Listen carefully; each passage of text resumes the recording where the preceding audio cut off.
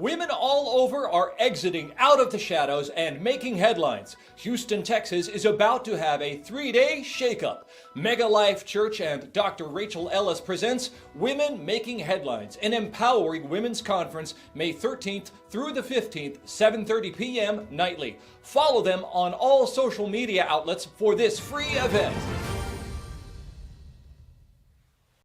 People that are hopeless in your family right now, they're hopeless and they're looking for answers, but you're going to give them the answer, and the answer is Jesus.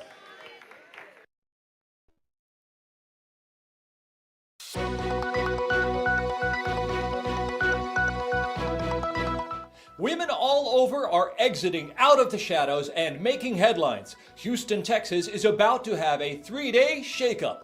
Mega Life Church and Dr. Rachel Ellis presents Women Making Headlines, an empowering women's conference May 13th through the 15th, 7:30 p.m. nightly. Follow them on all social media outlets for this free event.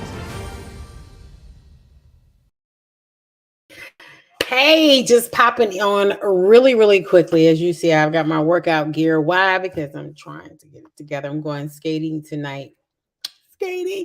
I'm going skating tonight. Listen, if you saw the advertisement that I want you to show up in Houston, it's going to be amazing. God is going to show up and show out. And I found out some of my favorite people are going to be coming. Hey, Jessica. Hey, my leader. I'm so glad that you're there, that you're here with me tonight. Listen, I just wanted to pop on and give you this word of encouragement.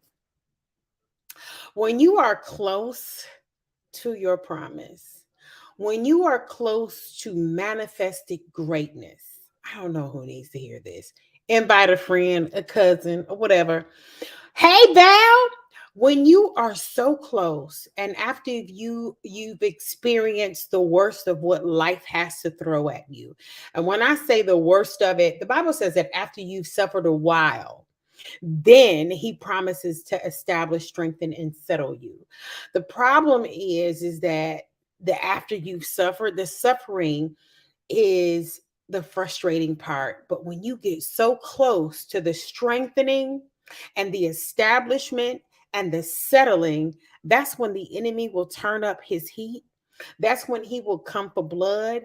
That's when he gets ruthless. That's when he gets disrespectful. That's when he gets dishonorable. That's when he acts like you have, because he's been watching you for a long time, and he knows when you have lost your strength, right? He knows when you are literally like at the end of your rope and you're just frustrated and have you ever like, and I'm working out now, right? So when I work out, there's this point of give out where you work out and you're just like you're going and you're pushing and you're pushing and you're pushing, and then eventually your muscles give out, right? Just as your trainer can see the strain and the shaking that you have right when you're about to give out, so does the enemy. The enemy is watching you press past your point of exhaustion, and he's wanting you to give up right before God strengthens, establishes, and settles you. After you have suffered a while, the suffering is real. The suffering is not a figment of your imagination, but I just want to encourage you today that God is going to do his best work in the after. I'll say that again. God is going to do his best work in the after, because the reality is that you are maintaining right now, but the after is the good stuff. The after you have gone through it all, the tears privately, the tears publicly, the humiliation, the stuff that you know about, other people know about. After is when God does his best stuff. God sometimes will seem so distant to us, so far from us while we're going through it. And it just seems like it's just like, for what? What's the purpose of having a God that won't rescue me in it, but after I've suffered a while?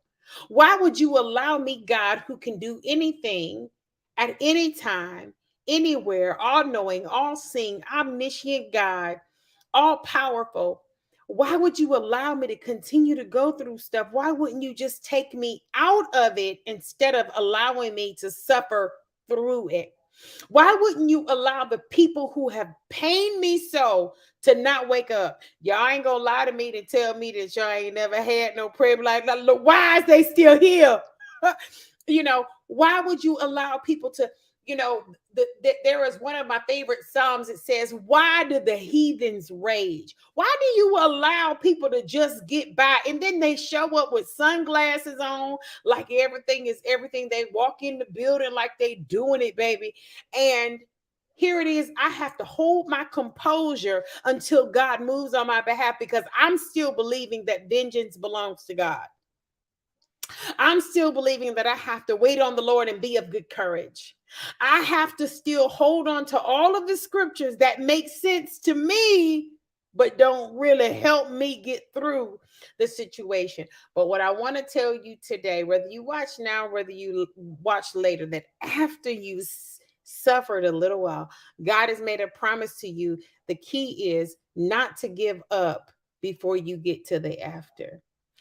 Don't give up before you get to the after. I hope you get that. I know I need it today. Now I'm going to go skating and I'm going to go lift some weights and keep these shoulders. They got my daddy's shoulders big. And I just want to encourage you and love on you. I hope to see you next or this month. Actually, in a couple weeks, we'll be ready to roll. I hope that you will be with us, but I just don't want you to give up before you get to your promise. I don't want you to give up before you see God's greatness revealed in your life.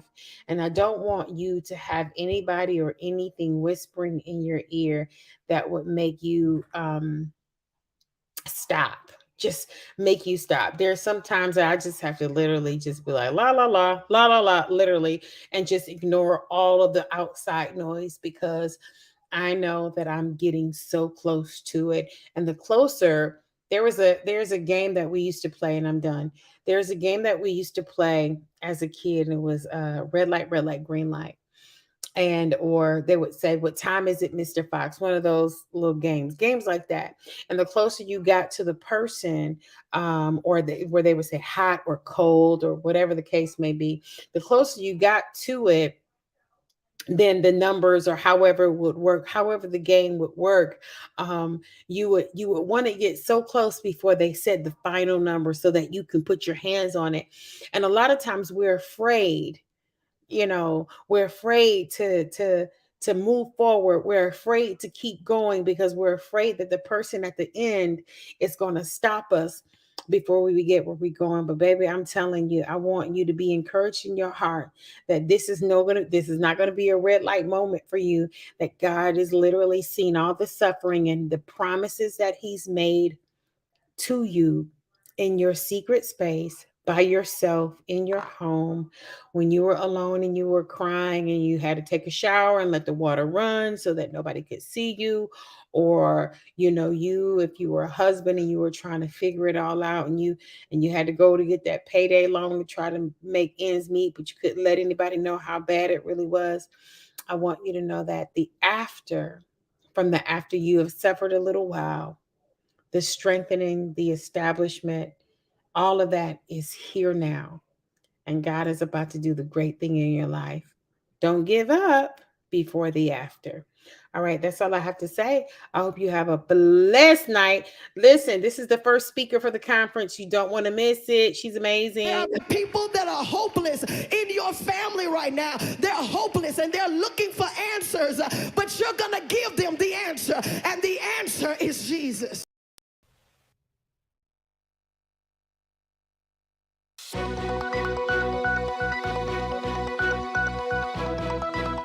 Women all over are exiting out of the shadows and making headlines. Houston, Texas is about to have a 3-day shakeup. Mega Life Church and Dr. Rachel Ellis presents Women Making Headlines, an empowering women's conference, May 13th through the 15th, 7:30 p.m. nightly. Follow them on all social media outlets for this free event.